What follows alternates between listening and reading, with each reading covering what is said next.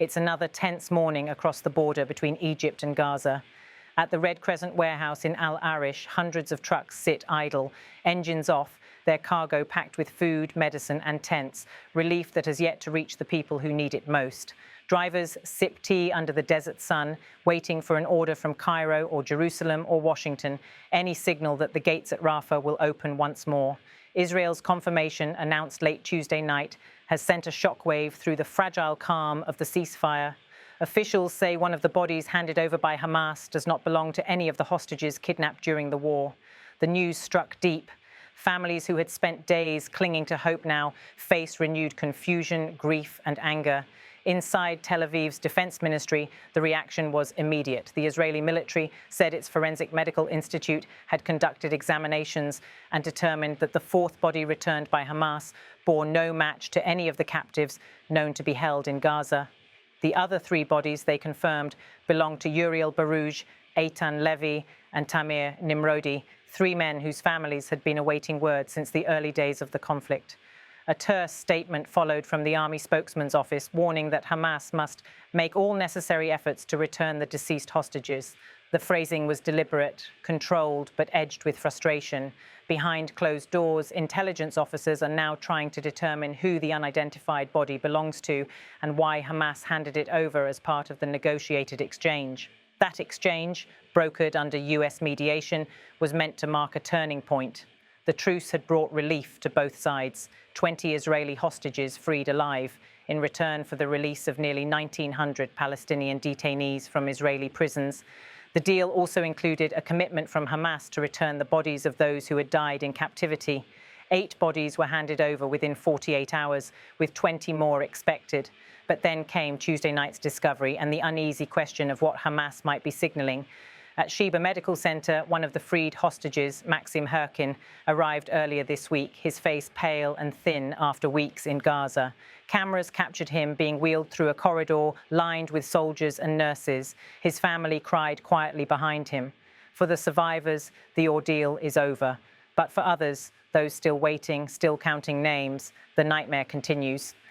Meanwhile, at a forensic center in Ramat Gan, a convoy carrying the bodies of the hostages who did not survive rolls through the gates. The scene is somber, no sirens, just the slow hum of engines and the click of cameras. White vans bearing the insignia of the Israeli military stop under a canopy where medical teams wait with gloves and clipboards. Every body, every fragment is now evidence, proof of what happened in the underground tunnels and safe houses of Gaza.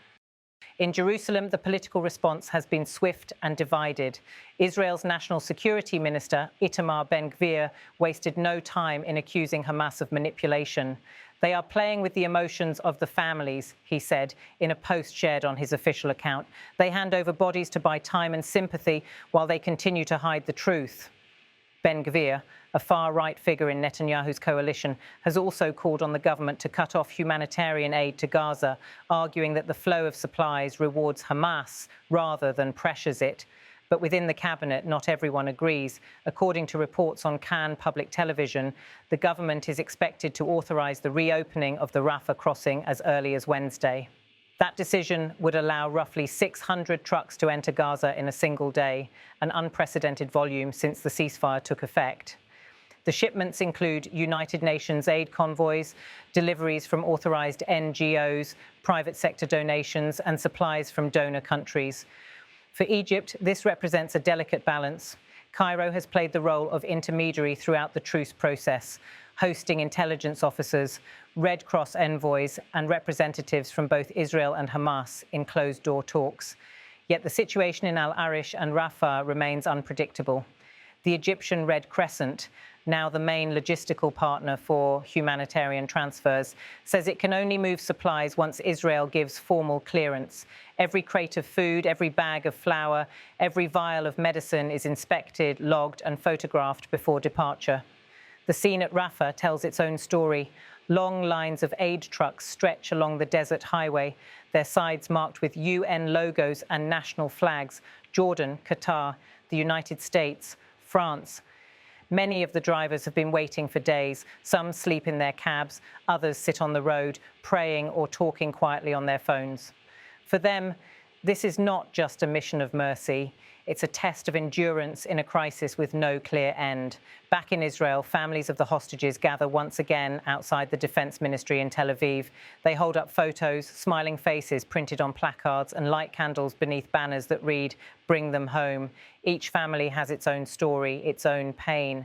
The mother of Uriel Barouj speaks through tears, saying, "We only wanted to know. We only wanted him back." The government, under pressure from both domestic and international voices, walks a fine line. On one hand, the ceasefire and exchange deal have been hailed as diplomatic breakthroughs, crediting US and Egyptian mediation.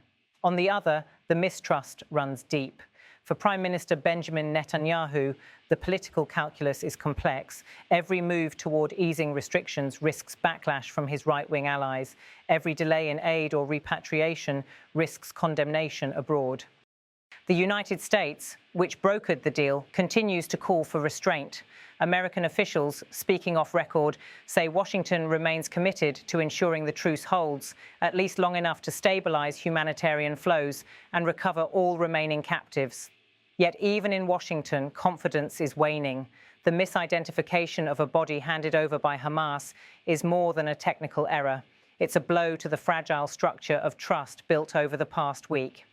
In Gaza, amid the ruins of bombed neighborhoods, word of the discovery filters through social media and local radio.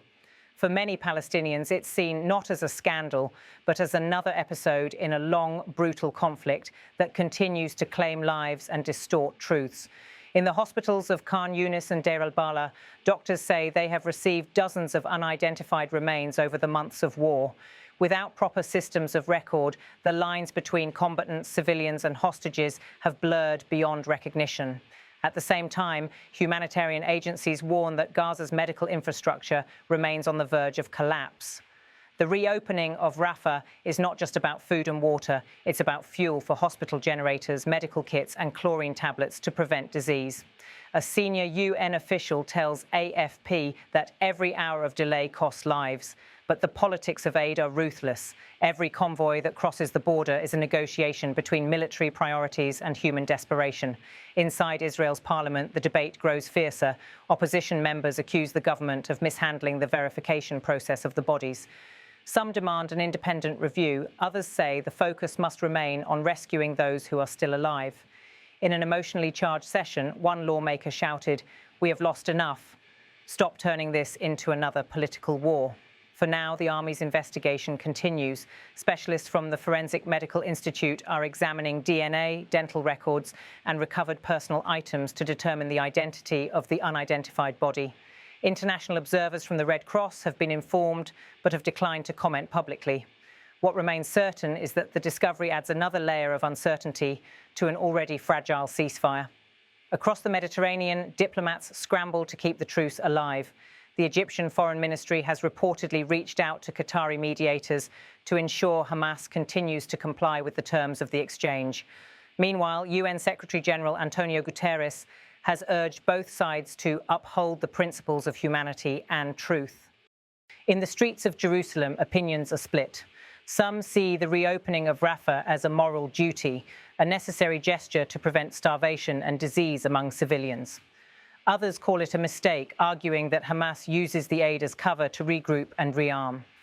Among ordinary Israelis, fatigue is growing. Months of war, hostage crises, and political infighting have left the country weary, questioning what victory or justice even look like. As night falls, the lights at Sheba Medical Center remain on. Families visit their loved ones, the survivors of tunnels and captivity, bringing flowers and small notes of encouragement. Outside, the hospital's glass facade reflects the glow of television crews still camped on the lawn.